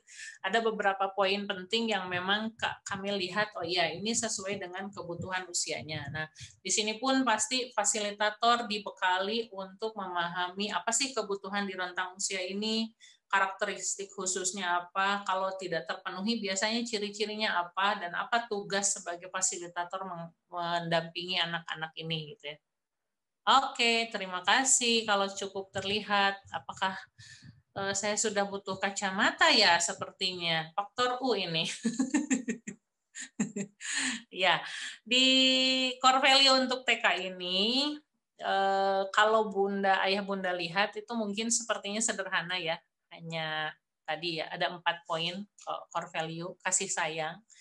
Kami ingin memberikan kasih sayang dari hati kami untuk anak-anak. Jadi di sana anak-anak di Hayat itu mereka menyebutnya sekolah mewah, padahal mah mewah dalam artian mereka dengan mewah dalam artian kita orang dewasa itu berbeda. Mewah untuk mereka itu adalah kebebasan untuk mengekspresi dan mengeksplorasi diri gitu ya. Di situ ada eksplorasi, ada elemen-elemennya asli nih, saya mah udah nggak kebaca. Kemudian ada eksplorasi, kemudian hak mereka, core value-nya untuk menjadi bahagia gitu. Dan harapannya anak-anak di usia ini memang structured activity itu lebih banyak unstructured-nya gitu. Di sini kita masih sangat memberikan ruang untuk memberi kepuasan terhadap dirinya, kepuasan terhadap egonya gitu ya. Dan dia kita memvalidasi bahwa kamu itu hebat, berharga, dicintai, kamu bisa gitu. Nah, karena anak-anak kan selalu datang dengan pertanyaan, Kak Novi, nah Fasil Hayat itu namanya Kak Novi kalau untuk TK. Kak Novi, aku bisa ini, itu berulang-ulang, berulang-ulang ya. Dan saya melihat, oh iya, mereka butuh validasi bahwa mereka itu mampu. Nah, validasi ini sebetulnya yang melahirkan rasa percaya pada kemampuan diri mereka sendiri. Bagaimana dengan indikator-indikator lain, misalnya bisa baca, bisa tulis. Ini sebetulnya sesuatu yang terus menjadi pertanyaan dan anehnya, walaupun kita sudah pikiran kita menggugat konsep pendidikan formal, tapi masih juga terjebak dalam framework. Nanti kalau masuk SD nggak bisa baca gimana gitu ya. Jadi mari sama-sama kita open mind dan open heart bahwa konsep-konsep yang masih lama itu harus kita ganti, yang kolonial itu kita ganti menjadi sesuatu yang milenial. Nah, tapi mungkin sebagai acuan saya beritahukan bahwa putra-putri kami yang ada di TK pun ketika mereka sudah mulai masuk SD, ini yang dari TK ke SD ya, dan sudah pernah diuji cobakan oleh salah satu orang tua, dikasih worksheet di rumah dong gitu ya, 5 lembar, dia bisa ngerjain Bunda gitu. Nah, artinya ini bukan sesuatu yang menakutkan dan mengkhawatirkan. Mereka bisa kok, fitrah belajarnya terjaga kok. Tadi yang kita bangun adalah lingkungan yang alamiah, memberi mereka ruang, kebutuhan mereka terpenuhi. Begitu. Oke, seperti itu ya. Kak Rizky, saya sampai jam berapa? Saya bisa terlalu banyak berbicara. Nah, di situ di lembar berikutnya ada aktivitasnya, kemudian deskripsi terhadap konsep-konsep belajarnya ya. Di aktivitas itu bentuknya memang pengenalan, bukan pembiasaan, mengenalkan. Gitu. Mengenalkan tentang kata kunci saja, sederhana.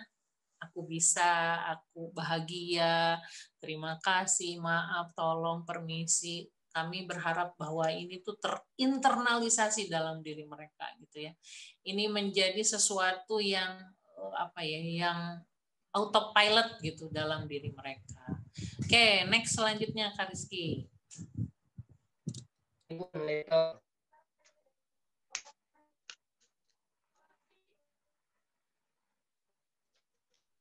Oke, selanjutnya di SD ya, SD kelas 1 sampai kelas 4. Nah, di kelas 1 sampai kelas 4 ini Kak Rizky bisa? Oke. Core value-nya sama, kuncinya adalah tauhidullah. Core value-nya adalah, halo, Kak Rizky, sebentar. Bisa Bu, aman. Aman, kok saya nggak bergantung. Oh, melek. Di Oke, ya. Di sini tetap masih ada ekspresi eksplorasi, pengembangan mental, etika, kemudian kita sudah mulai kreativitas itu dipantik dengan project base ya. Nah, ini harapannya memang semua mengacu kepada penemuan tentang diri dan Tuhan, diri dan Allah, siapa aku gitu ya. Mereka meraba-rasai dengan di alam, outdoor learning, itu semua yang kita coba stimulasi di anak, dan harapannya tadi di fitrah-fitrah tadi terpenuhi. Ketika fisik sudah tuntas kebutuhannya, secara emosional juga sudah bisa mengenali diri, kemudian dari segi sosial juga sudah tidak baperan gitu ya, malah bisa memotivasi temannya, kemudian secara spiritual juga terkoneksi dengan ilahi, kemudian secara kognitif lahirlah pemikiran-pemikiran critical thinking, creative thinking gitu ya, sesuatu yang extraordinary. Dan memang yang kami sangat rasakan, orang tua yang berada di kelas reguler terutama memang merasakan perubahan di mana anak tadi ya, empati itu hadir secara alamiah, kemudian kepedulian terhadap keluarga, romantisme dari segi bahasa gitu ya. Romantisme dari segi bahasa itu maksudnya dia bisa mengucapkan, bisa grateful, mengucapkan rasa sayang kepada orang tua gitu. Itu yang kita coba selalu dorong di anak-anak begitu. Oke, Kak Rizky, kita masih punya beberapa slide. Saya lanjut ke usia 10 sampai kelas 5 SD sampai SMP. Oke, nah di sini ya sudah mulai konsepnya, ini sudah mulai ngegas nih, sudah mulai dikasih tantangan, udah nanjak nih ya. Jadi 10 ke bawah itu kita berikan ruang ekspresi yang masih lebih santai, yang ditabungnya adalah kekuatannya dulu, kemudian masuk usia ini, itu sudah mulai leadership tentang kepemimpinan diri, leader in me, sociopreneur, designpreneur, akil baliknya sudah mulai kita masukkan dalam konsep belajar. Nah, yang menarik, Ayah Bunda, seringkali saya menemui anak-anak dari kelas 4 ke kelas 5 itu mengalami fase perubahan yang drastis. Menurun ya, menurun sikap belajarnya, menurun antusiasme belajarnya. Nah, di Hayat School ini yang saya rasakan 3 tahun terakhir adalah anak-anak itu sangat menunggu menjadi masuk di kelas 5 gitu.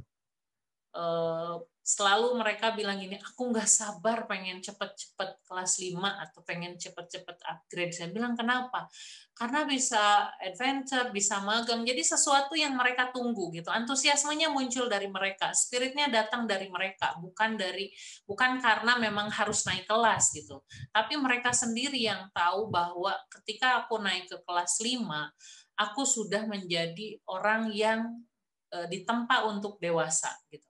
Padahal mereka tahu tantangan mereka lebih banyak, kewajiban mereka lebih banyak, tanggung jawab mereka lebih besar gitu, dan itu adalah bentuk bahwa proses yang dilalui sebelumnya sudah bisa mendorong mereka terpenuhi kebutuhannya sehingga siap untuk memasuki fase berikutnya. Oke, selanjutnya di usia SMA. Oke, slide berikutnya Kak Rizky. Nah, di sini ini sudah sama sebetulnya, hanya dengan penguatan pada kualitas proyek gitu ya, kualitas proyek. Jadi yang kita naikkan itu adalah tantangannya. Itu tantangannya, tentang kesadaran dirinya, tentang perannya, tentang proyek-proyek yang harus mereka tuntaskan. Ini yang membedakan dengan fase sebelumnya. Di sini memang sudah mulai muda-mudi sudah mulai didorong mengejar pencapaian sesuai dengan target mereka, misalnya mau mengembangkan diri di bidang apa, butuh profesionalnya di bidang apa, mau berguru kepada siapa, gitu ya, seperti itu. Nah, itu semua terkait dengan konsep belajar yang kita coba bedah. Nah, berikutnya mungkin saya coba akan share terkait dengan legalitas. Nah, ini mungkin menjadi pertanyaan banyak orang adalah bagaimana konsep pendidikan formal dan non formal, walaupun saya yakin juga sudah sangat banyak lembaga yang sama ya, yang mungkin maaf. Ya. 5 menit lagi ya. Oh, baik. Siap. Ya, dalam konsep pendidikan itu kan ada formal, non formal, dan informal. Nah, kami mengambil jalur non formal tadi karena kita melihat masih kita bisa mengisi rentang usia tadi dengan konsep-konsep yang memang dibutuhkan atau sesuai dengan kebutuhan anak-anak gitu ya. Nah, dalam perjalanannya 4 tahun terakhir ini sebetulnya kami menjalankan konsep pendidikan non formal reguler.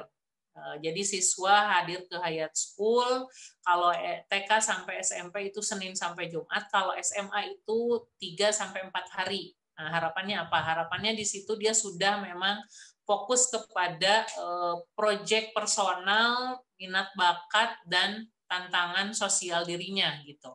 Nah, tahun kemarin kita sedang menguji cobakan kelas online dan fleksi ya. Sebetulnya kalau sekedar mengejar bahwa kami bisa memfasilitasi teman-teman untuk mendapatkan ijazah legal formal dari dinas itu sangat memungkinkan. Artinya walaupun dia tinggal di Jawa Timur, tinggal di Makassar, dia sangat mungkin untuk kami fasilitasi di dalam konsep legalitasnya. Tapi pertimbangannya tidak sekedar itu. Yang sedang kami pertimbangkan adalah bagaimana mensibgohi teman-teman, bagaimana mensibgohi orang tua dengan value-value yang sekarang kami coba usung di Hayat School. Artinya ada sangat banyak penyesuaian ketika dibawa ke ranah fleksi dan online, karena tadi apakah value-value dengan orang tua itu bisa sangat terjaga atau tidak. Bukan berarti kami tidak mempercayai orang tua, tidak, tapi ketika kami bisa mendampingi, berarti pendampingannya bukan ke siswa tapi ke orang tua. Nah, ini memang sesuatu yang sangat kompleks, mungkin berangkatnya dari idealisme, tidak sekedar memberikan legal formal untuk siswa, tapi sebetulnya ingin mendampingi orang tua terkait penguatan bagaimana membersamai anak ketika homeschooling tunggal di rumah. Nah, terkait dengan izin, insya Allah tidak ada kendala. Setiap siswa yang terdaftar di Hayat School itu pasti akan mendapatkan nomor induk dan akan bisa menyelesaikan sampai mendapatkan ijazah. Nah, gitu mungkin ya. Lanjut, Kak. Sebentar lagi sepertinya waktu saya ya. Harapan Hayat School di masa depan, jadi ada seperti ini ya, ada 8 standar yang harus terpenuhi. Artinya gini, ketika pemerintah memberikan ini, sebetulnya harapannya bukan menyeragamkan, tapi tidak, ada value-value yang harus kami penuhi karena bentuknya lembaga ini adalah lembaga yang memberikan pelayanan publik. Nah, kami melihat bukan intervensi terhadap konsepnya, tapi ada standar yang harus terpenuhi sehingga tadi tidak ada one prestasi antara kami sebagai pengelola dan memberikan pelayanan dan siswa tetap mendapatkan apa yang dibutuhkan, seperti itu ya. Yang memang kita sedang siapkan adalah akreditasi, tapi bukan akreditasi seperti layaknya di formal. Hanya memenuhi bahwa oke, unsur ini terpenuhi, standar ini terpenuhi, standar ini terpenuhi. Jangan sampai misalnya ketika kami declare sebagai lembaga non formal yang memang izinnya kepada pemerintah, kemudian harus memberikan pelayanan kepada masyarakat, kami melakukan manipulasi misalnya. Nah, ini sebetulnya yang kami lihat bahwa kami harus tertib juga memberikan pelayanan gitu ya, tapi bukan sesuatu yang kaku. Ini benar-benar sesuatu yang akan memberikan kenyamanan untuk semua pihak begitu. Mangga selanjutnya Kak Rizky. Keunggulan pendidikan non formal, oke. Pendekatan alamiah, otentik, organik, evaluasi yang lebih individual kayak stimulasi, kemitraan. Nah, kemitraan mungkin sudah disebutkan tadi ya. Portofolio berikutnya.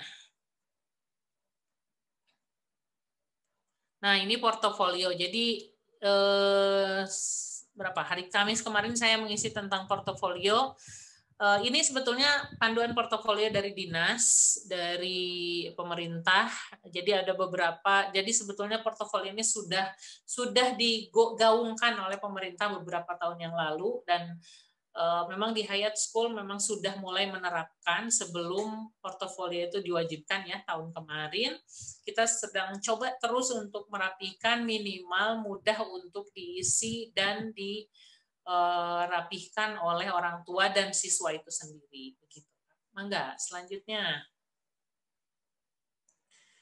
Yayasan dan pembina sudah tadi ya, sudah selesai. Kemudian terakhir fasilitator, ya begitu gambarannya. Jadi penerapan yang tadi yang di awal diungkapkan oleh Pak Syahril dengan apa yang saya coba ungkapkan tadi sebetulnya satu kesatuan. Tadi gambarannya di makro, yang ini mikro.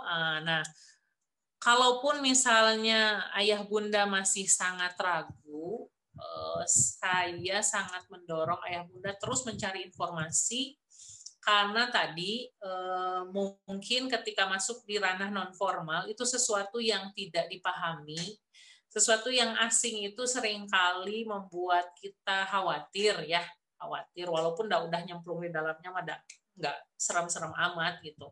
Bahkan mungkin karena kita terbiasa dengan konsep pendidikan itu by instruksi dari guru, ketika masuk di ranah non formal atau ranah homeschooling, kita dibiarkan harus melakukan apa, padahal sebetulnya di situ sebetulnya kita bisa mengekspresikan dan mengeksplorasi, karena tadi dari kecil ekspresi eksplorasi kita terpasung. Jadi begitu kita dewasa, kita tahu ada sesuatu yang salah dengan diri kita, dengan keluarga, dengan anak, kita bingung harus seperti apa. Padahal mungkin saya melihat belajar itu bukan tentang sesuatu yang pasti, bukan sesuatu yang fix ya, tapi benar-benar sesuatu yang dinamis, artinya mencoba, error, ganti konsep, ganti program, itu bukan sesuatu yang salah gitu.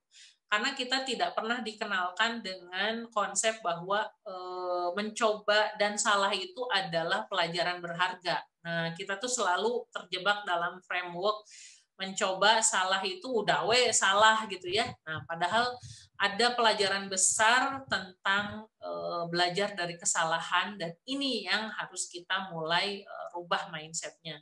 Jadi kalau misalnya ayah bunda masih sangat ragu, khawatir nanti misalnya, aduh daripada begini-begini, saya lebih anjurkan cari informasi sebanyak-banyaknya. Sangat banyak PKBM atau pendidikan non formal yang sangat suportif untuk menjadi tempat teman-teman belajar, karena pada dasarnya yang paling tahu kebutuhan kita adalah kita, dan tadi setengahnya adalah niat baik bahwa saya ingin melakukan perubahan.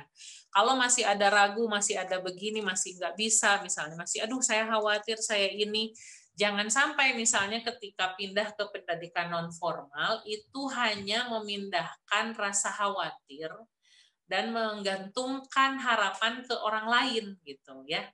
Nah, seperti itu. Karena kita terbiasa di konsep pendidikan itu dijanjiin, oh nanti anaknya akan begini, nanti anaknya akan mencapai ini, gitu ya. Padahal bukan itu sebetulnya yang kalau dalam konsep pendidikan atau pengembangan sumber daya manusia, kita tidak bisa mengklaim nanti anak akan A, akan B, akan C. Itu sesuatu yang sangat berbahaya. Begitu mungkin Kak Rizky dan Ayah Bunda sekalian, terima kasih sudah bergabung di Open Mind, Open Heart. Mudah-mudahan bisa memberikan sedikit kebingungan di Ayah Bunda. Kalau sudah bingung, minimal kan mau nyari tahu gitu ya. Sudah bingung, sudah mencari tahu, minimal sudah bisa menggeser mindset yang dari fixed mindset menjadi open mindset, menjadi growth mindset. Nah, ini sangat diharapkan dalam konsep pendidikan non formal. Ketika pun misalnya nyemplung dan salah, nggak gagal kok. Akan sangat banyak pelajaran penting yang bisa kita ambil, dan itu akan menjadi bekal yang penting untuk sambung rasa dengan anak. Begitu Kak Rizky, terima kasih. Ya, terima kasih. Ini ternyata tadi saya sempat ketendang dari Zoom, jadi pertanyaannya chatnya pada hilang. Bunda bisa cek di HP Bunda nggak? Oke, siap. Oke, ini. Bisa saya bantu Kak Iki? Boleh banget, Bu Rara. Oke. Ini benar Bun, kita harus cari tahu. Saya sendiri Open Mind Open Heart itu udah jadi alumni 4 kali Open Mind Open Heart. Anda harus dapat ijazah. Iya, jadi untuk memuaskan kekepoan saya tentang Hayat School, saya ikut 3 kali Open Mind Open Heart offline dan 1 kali yang online. Ini kedua kali berarti. Ini kelima berarti. Tapi anak saya udah di Hayat. Baiklah Bun, saya mau ini ya bantu pertanyaan ya. Bagaimana boleh. Ini dari Teh Puji Lestari. Bagaimana cara membangunkan kesadaran anak sementara anak tidak mudah diajak komunikasi, bahkan lebih cenderung diam dan marah ketika diingatkan. Kira-kira apa yang harus kami benahi dulu sebagai orang tua untuk masalah ini? Mangga Bun. Oke, baik. Ya, ini menjadi problem yang sangat, menurut saya sih ini sebetulnya hal yang cukup cukup mengkhawatirkan, tapi ternyata memang sangat banyak terjadi ketika anak menarik diri dari komunikasi dengan orang tua. Berarti bisa jadi ada koneksi yang harus dibangun ulang. Nah, ini di beberapa sesi saya ngisi parenting, ini selalu saya ungkapkan, yuk tazkiyatun nafs, yuk kita istighfar. Mungkin ada perilaku, perkataan, sikap kita yang masih harus dibenahi sehingga hatinya menjadi membeku misalnya gitu ya. Satu-satunya cara adalah terkoneksi dengan Allah, meminta maaf, meminta ampun kepada Allah, dan meminta maaf pada makhluknya, pada anak. Dan ini bukan pekerjaan 1-2 kali, ini bisa berbulan-bulan, ini bisa bertahun-tahun. Pengalaman saya menemani beberapa orang tua yang dengan pengalaman yang hampir mirip sama, itu seringkali sebetulnya kita melihat perilaku anak hanya pada saat itu. Kita tidak melihat perilaku anak keseluruhan dari awal dia bersama kita, berarti dari usia 0 sampai sekarang. Artinya kita akan melihat timeline di mana kita mendampingi mereka. Dan ini mungkin tidak hanya terjadi pada Teh Puji, tapi saya juga sama, saya mengalami itu. Saya mendampingi beberapa pasang orang tua melakukan ini. Saya bilang, buka hati, Bunda, Ayah Bunda, minta maaf, minta ampun sama Allah, minta maaf. Pokoknya doa terbaiknya adalah, ya Allah berikan hamba kekuatan untuk kekuatanmu, bukan mengandalkan kekuatan diri. Dan berikutnya adalah membuka hati kepada anak, meminta maaf, walaupun awal misalnya dia masih melenggos, masih marah, lakukan itu berulang-ulang. Saya sangat percaya bahwa batu pun kalau ditetesin air bisa bolong, apalagi hati manusia gitu ya, dan itu bukan sekali 2 kali.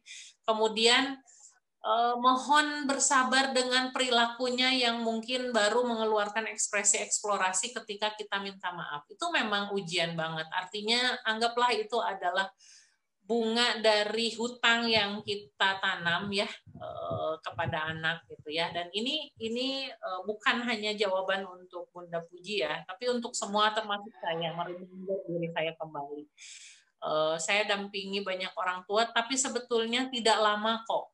Maksimal yang saya amati itu, beberapa pendampingan itu maksimal setahun mau ngeleukeunnan kayak gitu. Taruhlah setahun itu berarti 12 bulan, 12 bulan itu berapa hari? 365 hari mengucapkan maaf, meminta ampun sama Allah.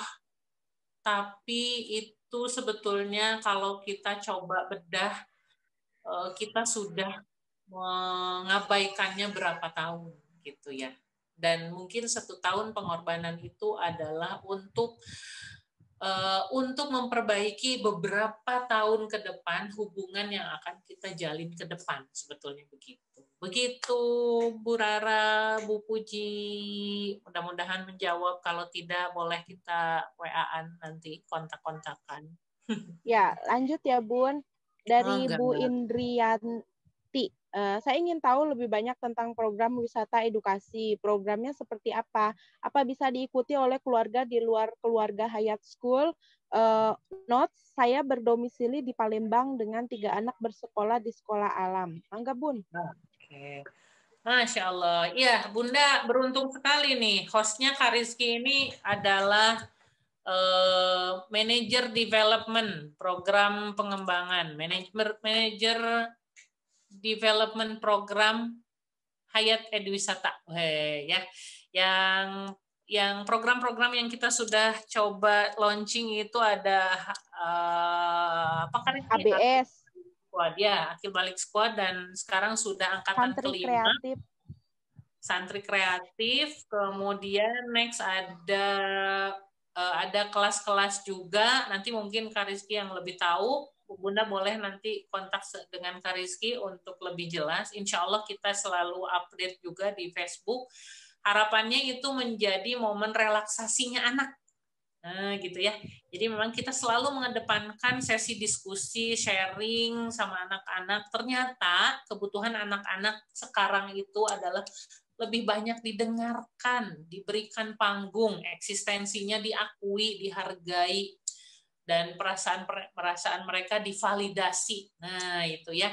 Jadi program-program yang coba kita kembangkan itu memang mendorong kepada emosional dan cognitive behavior-nya anak-anak. Nah, dari sana ketika emosinya sudah bisa terbuka, potensi mereka akan membooster sendiri. Seperti itu. Begitu ya Bunda Indriati, mudah-mudahan bisa menjawab, nanti bisa terhubung dengan Kak Rizky. Next, mangga. Ya, pertanyaan terakhir Bun. Nah, Bunda Sri yang masih saya ragu untuk ikut online di Hayat. Bagaimana penerapan value tadi jika secara online? Karena yang kita harapkan bukan saja kertas ijazah, karena saya tinggal tidak di Bandung, Bunda. Mangga. Oke, baik. Ya, betul sekali ya. Itu kenapa walaupun dari tahun 2017 saya ingat banyak sekali teman-teman yang bertanya, buka dong kelas jauh gitu ya. Buka dong kelas ini dari luar misalnya untuk bisa belajar ala Hayat. Nah, kalau sekedar tadi betul ketika hanya sekedar ngejar ijazah atau ngejar apa namanya legalitas mah gampang ya, banyak banget, dan itu memang pertimbangan kami. Makanya kemudian tahun kemarin pun terus kami coba pantau dulu nih, observe dulu dengan orang tua kira-kira apa kebutuhannya, karena memang tidak mudah mendampingi kebutuhan orang tua ketika kita tidak bisa tatap muka, Bun. Itu yang susah ya. Saya tahu anaknya juga enggak gitu, fasilitatornya juga sama, karena memang yang ingin kami kedepankan adalah sentuhan ketika saling bertatap muka. Kami bisa melihat raut wajah dan segala macam gitu. Nah, kalau saya akan dari awal aja terbuka, artinya tidak akan menjanjikan apapun, efektivitasnya berapa persen gitu ya. Nah, di programnya mungkin yang akan coba dikuatkan adalah di orang tuanya. Beberapa bulan ini yang kami coba adalah mencoba meraba-rasai dulu orang tua, membangun dulu chemistry dengan orang tua. Bukan sesuatu yang mudah langsung bisa nyambung gitu. Kadang mungkin orang tua itu datang dengan, aduh saya teh punya kebingungan ini. Nah, kami coba dulu memetakan dulu ini teh memang masalah yang sangat urgen atau tidak misalnya gitu ya. Nah, akhirnya memang itu yang terus kita coba kuatkan sehingga biar nanti ketika misalnya